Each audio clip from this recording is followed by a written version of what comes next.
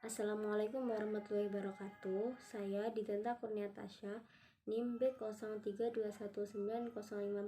Di sini akan menjelaskan salah satu buku konseling individual konsep dasar dan pendekatan Profesor Dr. Syamsu Yusuf LNMPD.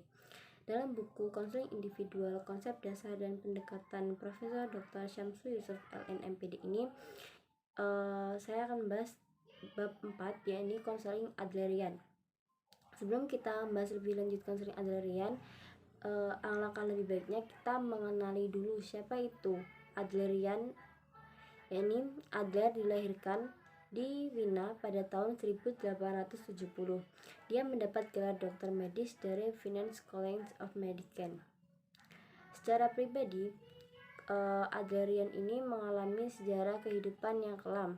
Sejak kecil dia sudah didera dengan berbagai penyakit, yaitu menderita salah satu penyakit tulang, sehingga dia tidak dapat bermain dengan anak-anak yang lain. Dan pada usia 4 tahun dia mengalami penyakit pneumonia atau sakit radang paru-paru yang hampir merenggut nyawanya. Pada usia tahun juga dia melihat adiknya meninggal dunia. Adler merasa iri kepada kakaknya karena dia sehat, dapat bermain dan dapat berolahraga. Selanjutnya adalah prinsip-prinsip psikologi individual. Psikologi individual adalah teori kepribadian dan sistem terapeutik yang dikemukakan oleh Alfred Adler. Dia menanamkan pendekatan atau terjadinya dengan psikologi individual karena pembahasannya difokuskan kepada keunikan atau kekhasan setiap individu dan menolak universalitas tujuan dan memotivasi biologis seperti yang dikemukakannya.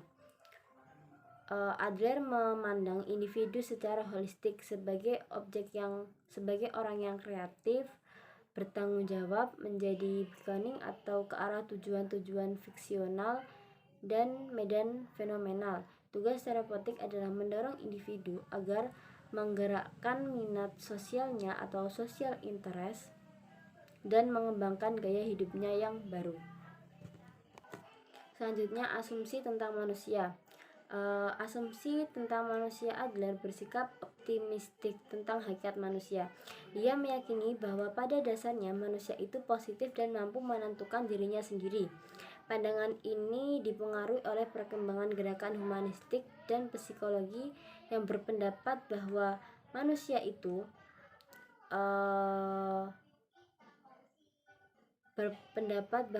individu holistik saling terkait atau teknologis, yaitu memiliki tujuan yang diarahkan dan tujuan tersebut secara fenomenologis, sebab tingkah laku seseorang itu dapat dipahami dengan baik dari kerangka kepemikirannya.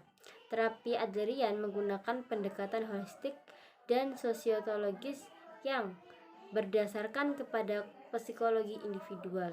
Psikologi individual memiliki beberapa asumsi tentang hakikat manusia, yaitu 1. Manusia tidak dapat menyadari tujuan-tujuannya dan kekuatan-kekuatan untuk mencari tujuan tersebut. Kedua, manusia tidak dapat dibagi-bagi ke dalam bagian-bagian mental yang terpisah. Dalam kata lain, manusia bersifat holistik atau utuh. Yang ketiga, manusia bersifat sosial, artinya bahwa perilaku dia hanya dapat dipahami secara komprehensif apabila dikaitkan dengan lingkungannya. Yang keempat, manusia berperilaku karena didorong oleh tujuannya atau teleologis, dan tujuan merupakan bawaan sosialnya dan mengungkapkan kepribadiannya. Selanjutnya, konsep atau gagasan dasar teori kepribadian Adler. Yang pertama ada inferiority feelings. Inferiority feelings atau perasaan rendah di sini merupakan kondisi yang normal dari seseorang sebagai sumber dari usaha manusia dan kekuatan yang menentukan tingkah lakunya. Adler sendiri meyakini bahwa perasaan inferior senantiasa hadir dan merupakan kekuatan yang memotivasi tingkah laku.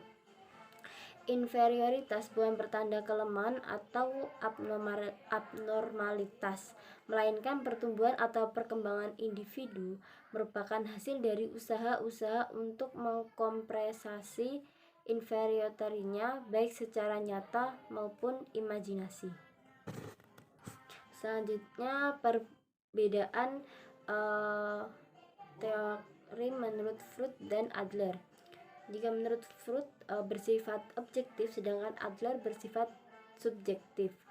Sedangkan Freud aspek fisik sebagai dasar teori, namun Adler interest sosial sebagai dasar teori. Freud menekankan kepada kualitas, sedangkan Adler menekankan aspek teknologi. Kemudian tujuan konseling psikoterapi adalah memantapkan keharmonisan intrapsikik, ini menurut Freud, sedangkan menurut Adler tujuan konseling adalah mengembangkan interest sosial atau realisasi diri. Yang terakhir, konseling Adlerian. Konseling Adlerian merupakan proses reduksi bagi konseling dalam upaya mengubah persepsi dan nilai-nilai sosialnya yang tidak benar, serta memperbarui orientasi motivasinya atau gagasan atau pemikiran yang keliru.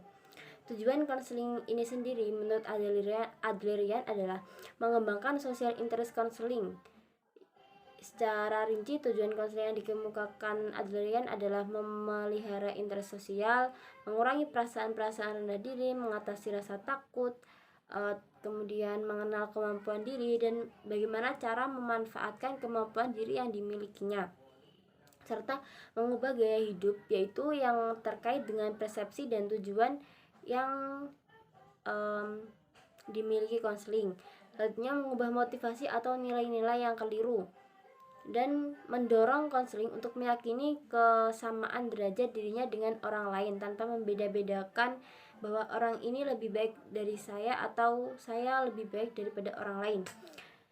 Dan terakhir, membantu konseling agar menjadi orang yang dapat memberikan kontribusi terhadap orang lain atau mensejahterakan orang lain. Jadi di sini konseling merasa dia sangat berguna bagi konseling yang lain. Sekian penjelasan dari saya mengenai bab 5 tentang teori Adlerian dari buku konseling individual, teknik dasar dan pendekatan Profesor Dr.